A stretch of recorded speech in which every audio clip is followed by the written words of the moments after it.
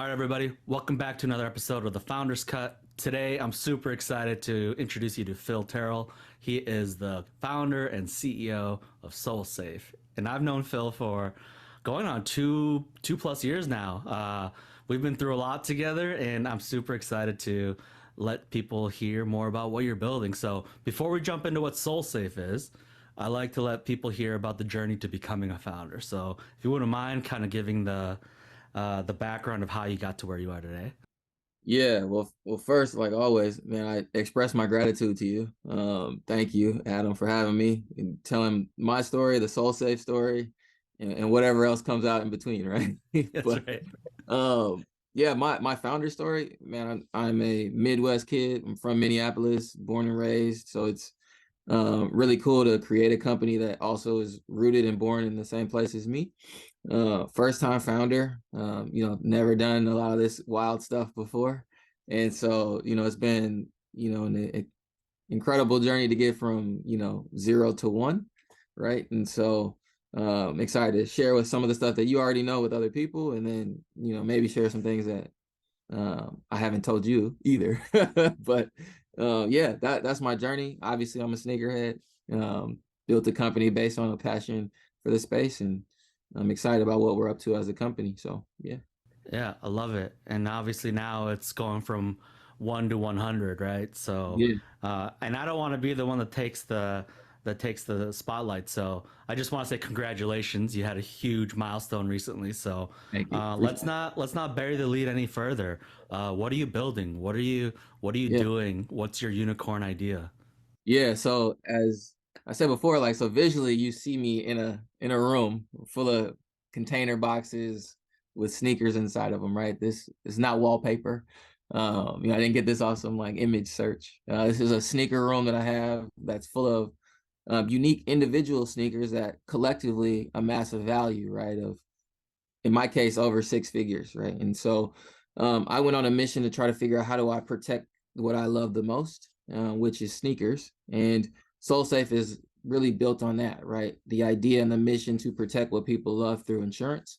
And so SoleSafe is an early stage insurtech managing general agency that's focused on creating an insurance offering ultimately for collectors in the sneaker space. But as we grow in other cultural asset spaces, as I like to say, with truly that mission, right? Protect what people love, and we'll take care of the rest. So that's what SoleSafe is up to, and there's some details underneath that which I'm sure you want to know. So we'll get to it.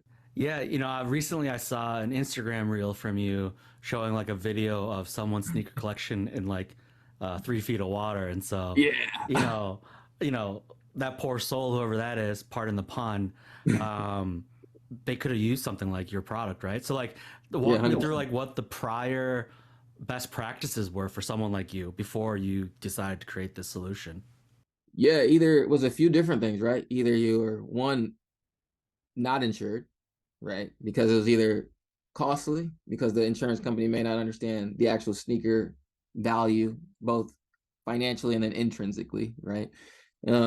So either you went uncovered, unprotected, or you did, let's just say, have a policy that may not cover, for example, in the case you mentioned about flooding, may not have covered flooding, right? And so you're still technically not covered, paying for something that you cannot use.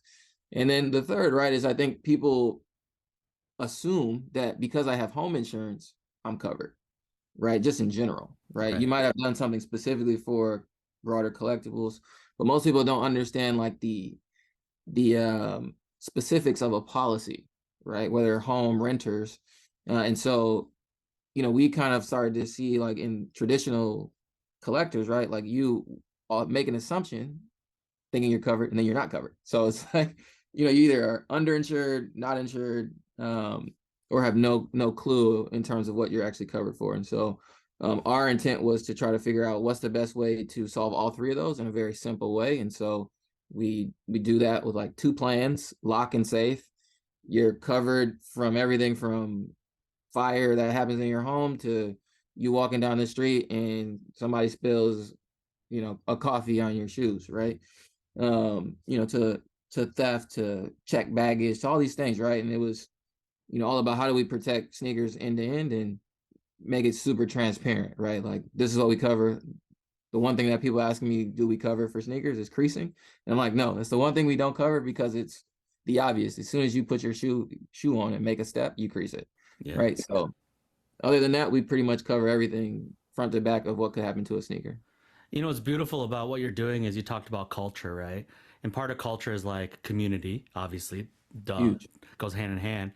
And I Yeah. think in the world that you're in, like that collection you have behind you, it's in the 3D world, right? You can't take it with With you me. and show people, right? But now with your platform, you can brag and show people and like and be Yeah. proud about what you have in a digital format, right? I'm assuming anyway. Yeah, and 100%, right? Like I think the other part for me was, how do we create a space where collectors can showcase what they've taken hours, if not years, to amass, right? And it, in some cases, like miles flown, right, to go acquire a sneaker or several sneakers. And so being able to display that digitally, like in a digital sneaker room sense, was like the mission, right? In addition to being able to insure it, right? Like I love to show people, like when I say I have 300 shoes, if you can't see me behind, in a sneaker room, you're like, you're kidding. And I'm like, no, I can show you. It's like in my pocket right now.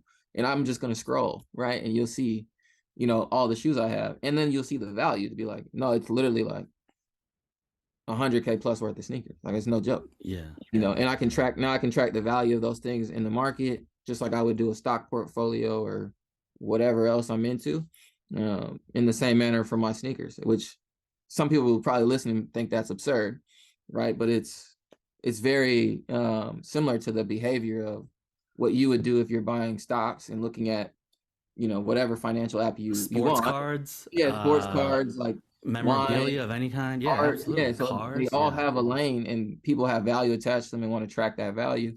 We're just in that alternative space and we're saying, hey, sneakers have value. There's an economic infrastructure that has been created over the last decade for them. Now let's try to, not just view the values, but then protect that number at the same time. Yeah, I mean that's the beauty of a market, right? You need one person that wants to be a buyer and one person that wants to be a seller, and the numbers don't lie, and I'll let you kind of talk more about it, but it's a Yeah, multi-billion dollar industry, right? 100%. What is how much money is in the sneaker world just from buying new sneakers, but also trading sneakers? Yeah, so if you look at and how I think about it, so I'll answer your question in two different ways. So there's the big sneaker market, right, where depending on which number you look at, it could be 75, 80 plus billion-dollar market. And that's like new sneakers, like primary market of sneakers. When the reselling happens though, right, where there's sneakers that of the value where you're like, okay, these are the values of sneakers I would want to insure. Like it's a $6 billion global industry, right? And it's growing, right? Like it's supposed to be like 30 billion in 7 years, right? And so you think about this big market growing, amassing in value. The one thing that's missing is somebody that's saying, I understand you customers, this community, this culture. I see you all have your own version of a Picasso or a Basquiat in your house. In this case, it's an itemized version of that, right? Under the umbrella of a sneaker collection.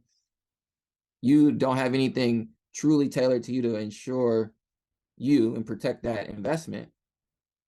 Now you can fill in the blank and say, well, yeah, I do. I have SoleSafe, right? Yeah. They understand me through and through because they are me, right? They're a sneakerhead. I'm a sneakerhead. SoleSafe is a company built by sneakerheads for the sneakerhead community. And so this big market is now, being protected and, and being engaged by SoleSafe just for that purpose. So I'm excited about where we can go. Yeah, I don't want to touch back on that in a sec, but I just wanted to say, no shade to legacy insurance providers of any sort, but like this is one of those things where you need to be part of that community, be Yeah. a sneakerhead, be passionate to know the ins and outs of what's important to protect and what to build out and what not to. Like think about like someone coming in and I always think of like those shows where they make fun of like the old person, kind of like what's that movie where they go back undercover as high schoolers and they're like, hey, what's going on, they don't fit in because Yeah. they're like 40 years old. I think of that like with insurance that doesn't know anything about the space and trying to build a product for it. It would take someone like you to see the opportunity and make that big jump and to do it. So let's talk a little bit more about like your early traction. It hasn't even been the ink isn't even dry, so to speak, on Yeah. the latest big thing. So what have you accomplished so far in the last few weeks here as the product's gone live? Yeah, so this last week was definitely like a milestone week for the company. It's definitely been some years in the making, as you can attest, right? So, Yeah. my last update, right, was I think Thursday. Um, and that was March 1st, Hmm. right? March 2nd, whatever that day was. Couple of big updates, right? So the platform, we have about a little over 200 downloads, in the first week. Um, there's been, of those 200 downloads, right? We're starting to see inventory get added, so actual collectors adding collections, um, around 1,800 sneakers, and then people are going, okay, it's not a lot, right? 1,800 sneakers, and I'm saying, well, okay, let's do the math, right? Like 1,800 sneakers on our platform right now actually equals a little over $1 million in market value, right? And so we view that as assets under management, not just for insurance, but in general, we're starting to see how much value is sitting on our platform that we have visibility to then potentially be able to maneuver differently, whether it's helping people manage and track the values, but then seeing, okay, of the $1 million in value, there's a percentage of that we have that's an insurable opportunity, right? So back to the next point of traction, right? Well, we then have sold, as well announced today, but at that point of the update, we had sold 5 policies where we looked at, okay, what's our potential annualized revenue should those payments be successful over a 12-month policy term? And we're seeing 2.2K, in annual premium that we would have realized in the next 12 months. Divide that by 12, right? A little over $200, whatever it is, in monthly revenue for us, which seems super small, which is early days. To see that in a week Right. is phenomenal. And then as we start to see more sneakers get added, more people get familiar and connect the dots on, okay, I'm adding my sneakers now. I can insure them for a super fraction of the cost.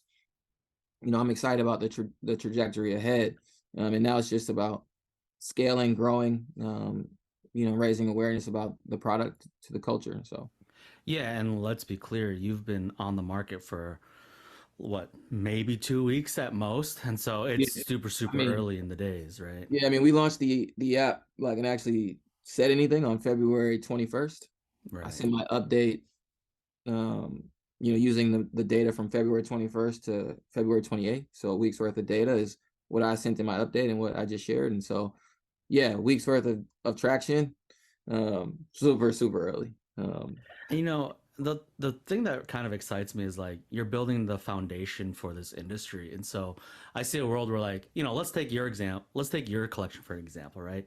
Yeah, Not that I ever wish this upon anybody, but there are times where people have a rainy day and they need to be able to get some liquidity, yeah, and trying to sell 6 figures or 5 figures or even 4 figures worth of shoes, like, and like do that quickly and efficiently and validated and whatnot is pretty impossible and overwhelming, and you might be taking a huge haircut to do it just to get it done quickly, right? So I see a world where like SoleSafe can be a place where people can quickly like sell their shoes at like a fair market or maybe slightly under fair market value, where yeah, they get something that's close to what they deserve. You can then have a little bit of meat on the bones to continue to like, so like there's so many different avenues that I see this going, that it's like super exciting. And full disclosure, Tundra Ventures is an investor in SoleSafe, so sure, obviously like we're very bullish on where this is going, so I want to make that explicitly clear for anyone that's listening. But I think like when we talk about companies that are doing cool things that we want to look at for investment, I say these with the most like, these are like really really good stamps of approval. We like unsexy businesses that are selling pickaxes and shovels. And like for like the culture of sneakerheads and like this industry, you're building out all that stuff, right? And so like yeah, there's a huge for sure. opportunity ahead. So I want to take a quick second to just talk about like, you've been at this for a while now. What are some of the things that you enjoy the most about being a founder, and what are some of the things that you enjoy the least about being a founder? Uh, well, the least is probably, I'll start there because there's so many good things, right? Um, and I'm probably gonna say this like in jest a little bit in terms of like my least favorite things, but there's a natural evil with being a founder, right? Like you sacrifice time, you sacrifice moments of life, right, for this mission that you're on that you so deeply commit to. Um, that part's no good, right? But if you think about like short-term sacrifice, long-term success kind of mindset, well, there's some things you give up now that you can, fully participate in as you get, further along in the journey, right? But there's a lot of good stuff, right? A lot of great things, whether it's learning about yourself, learning about the business, learning about customers, problems, business challenges, etc., solutions that you can, try to implement, fail super fast and fix super fast too. But I think for me it's been meeting great founders, other founders that are either where I'm at or further ahead, right? Where, I've benefited from other people's blueprints, right? Like Tyree, one of our advisors, he's in our space, right? Like he's in insurance. He's already raised his Series B, right? So he's further along in the journey. And it's helped me as a founder be able to like skip some mistakes, right? I didn't have to make some of the early mistakes, but part of that comes from the value of the ecosystem, right? And being a founder, first time founder, being able to like tap into those resources. And so, I think about our early days, we met through Lunar, right? Like we met through a program in Minneapolis, St. Paul, and the Twin Cities focused on underrepresented, underdog type founders, right? And we're like, I got this crazy idea. I don't know what the hell I'm doing. Y'all know what y'all are doing. Put some guardrails on here and, help me like water this thing to see what will grow. That was like 2.5 years ago. Right. And now, things have fast forwarded. There's other people that work at SoleSafe, right? We've gone through a round of fundraising, like all these things have happened. And I've learned a ton, and so, I think there's so much goodness that's come out of it as a founder than, the nights of no sleep or the days of no sleep and all that kind of stuff has been for the greater good of me learning, me helping, put more resources in the local ecosystem here in the Twin Cities. And then, more broadly, people see SoleSafe, right? And at the end of the day, if you tie the history back of SoleSafe to anywhere, it gets tied back to the Twin Cities, which being a product of this environment and community is super important for me to represent that. So it's been a hell of a journey so far, and I know a long one to go, but it's cool. Yeah, it's a beautiful thing to think about, like how, you know, you pay it forward by helping someone else out. One day there'll be a founder that's in the pipeline that says, I need to reach out to Phil because he knows some things that I don't, and you're Yeah. gonna pay the favor back. And like I've always said, obviously let's take kids out of the equation, but there's 8 billion people on this earth, right? If everyone just helped one another, we would make so many great strides in society. So like I think that's a beautiful thing about startups, right? Founders in general love helping other founders, love helping other people Sure. get ahead. And I think it's because we know how hard it is, right, to do what we're doing. And so I love that answer. One other question that I want to throw out there, because like this is all about letting people get to know the founder that behind the logo and all that kind of stuff, right? So Yeah. what's your unfair advantage, what's your superpower, and why are you going to make SoleSafe the number one brand that ensures cultural assets in the world? Yeah, well, I think my first superpower is I always kind of put myself as being like a super connector, right? And so that's helped us very, very much in our development because we've been able to jump step and skip steps to get from concept to currency at this point, right? Which is in insurance is very, very hard to do, right? And especially for an unknown entity, let alone an unknown product line. Like in insurance, sneaker insurance does not exist. It is not a product line of any kind.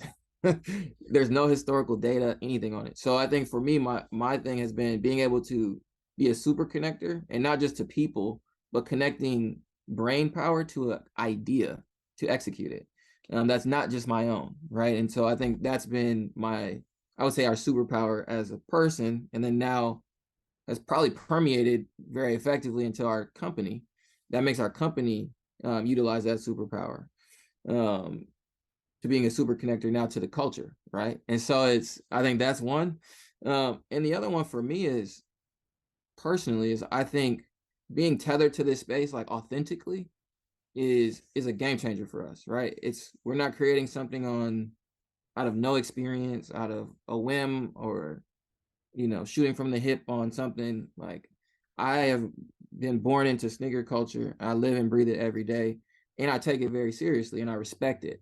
It's not about the money we make, it's about the mission, right? Like, which is to protect what people love. And so, um, I think that alone creates, another multiplier that's very forceful, in a positive way for us to be successful.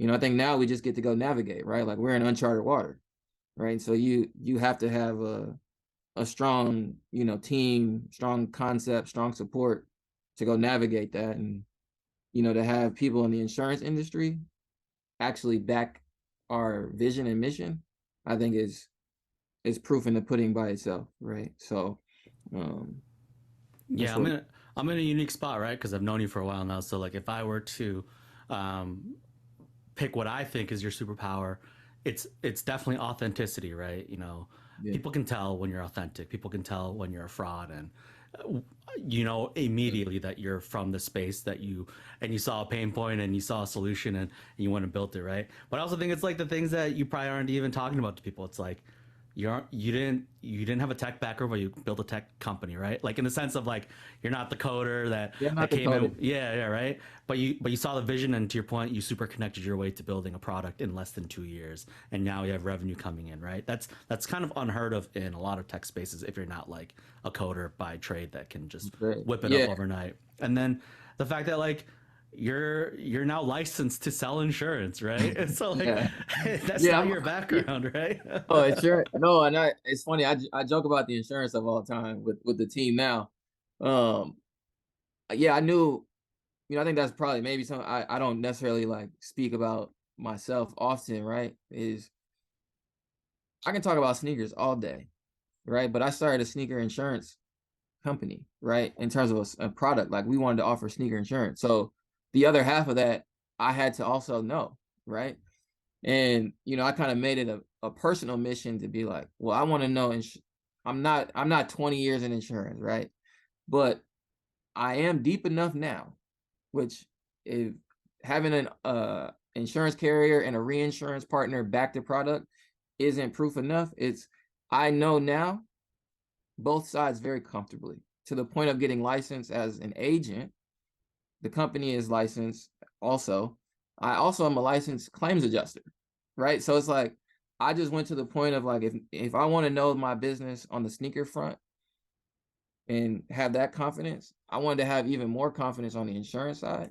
Because I knew exactly what was happening, what words were being used, what coverages we sold, how premium was being calculated, um, to who our partners were, right? Like I needed to know who they were. And so I had to be able to understand and speak the language, right, of both sides of our business. And so, yeah, I'm all the way in. I say I'm in the mud. I'm deep in the mud of both sides, sneakers and insurance. Yeah, That's for you're sure. in the deep end for sure, but you're in the deep end of blue waters, right? Because you're chasing That's for after sure. some blue water opportunities, and I think that's it, right? You're just a problem solver, and like you see something ahead of you, and you figure out a way to jump over it, dig under it, run around it, bust Yeah, through it, right? go And through so, that thing. yeah, and that's Yeah. what I've seen for the last 2 years. So it's super super cool, right? Two last questions. One is anyone on this journey that you want to shout out, like support system mentors. You already mentioned Tyree, and obviously shout out to Tyree and Players Health and all the stuff that he's doing. But like other folks that you think are you just kind of want to give kudos to along the way. Hat tip. Yeah, I mean, first I want to shout out my wife. Whether she listens to this or not, she is the other unofficial co-founder of SoleSafe, right?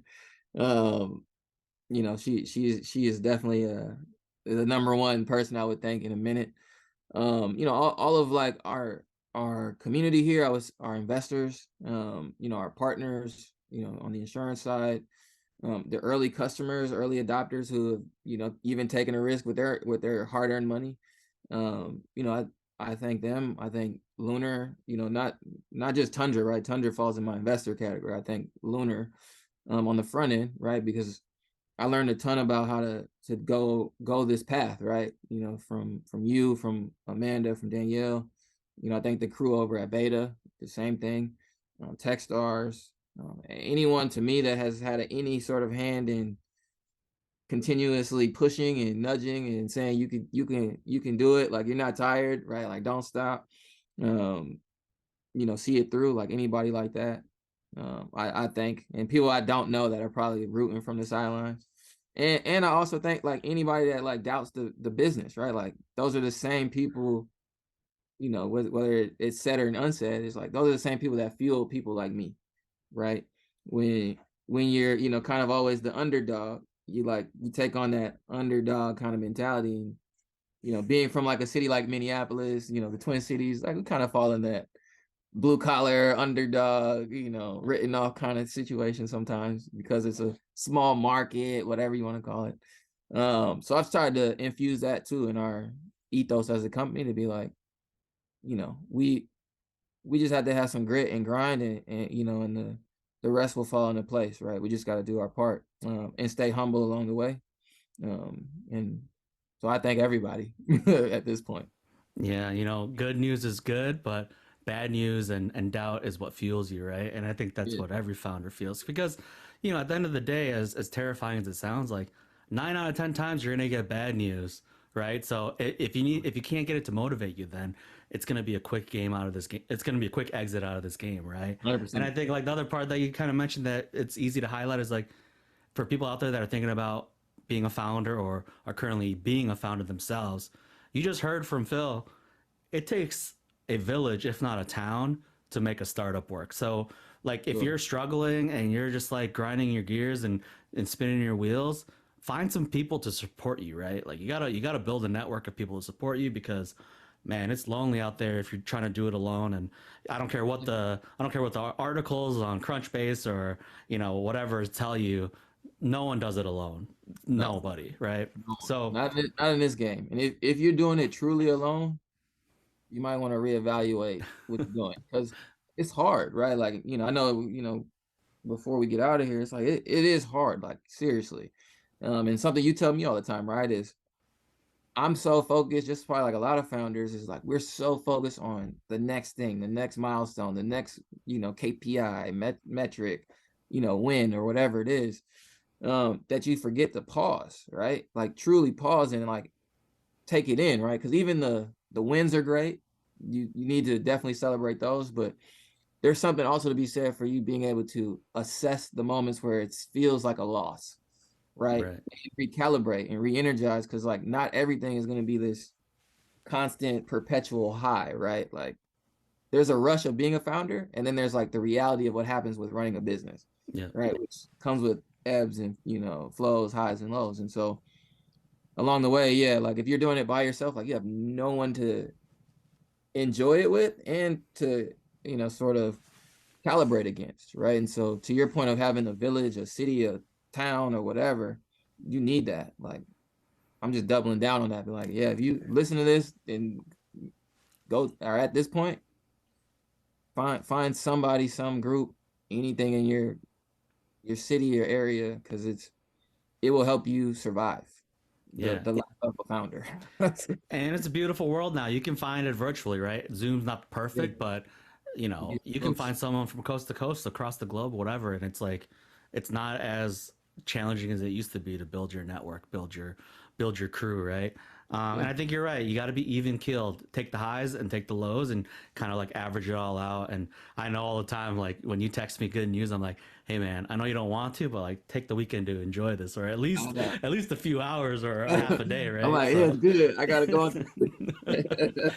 One last thing, and then we'll wrap it up here. Yeah. If people want to get a hold of you, right? Or, well, two-part question, right? What are the types of folks you want to get a hold of, and how can they get a hold of you?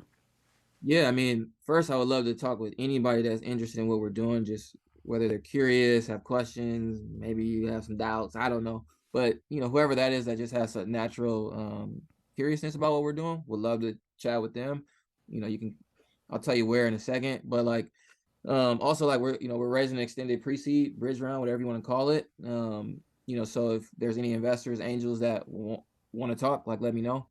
And then ultimately, right, like we're here for a broader community of collectors. And so if you're specifically a sneaker collector, like totally tap in, download the app in the App Store or Google Play Store or wherever, or connect with me directly. I had a call earlier with Sneakerhead in DC, and we talked for 30 minutes and I answered whatever he wanted to hear. Obviously, like that's not going to always be scalable, but I'm very transparent as a founder. I'm not hiding anything what SoleSafe is doing, especially to the sneaker community.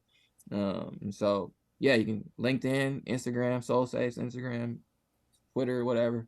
If you know Adam, he'll give you my number. You can text me, maybe. I'll vet it for you. Don't worry. But But I'm an soulsafe.co, open. right?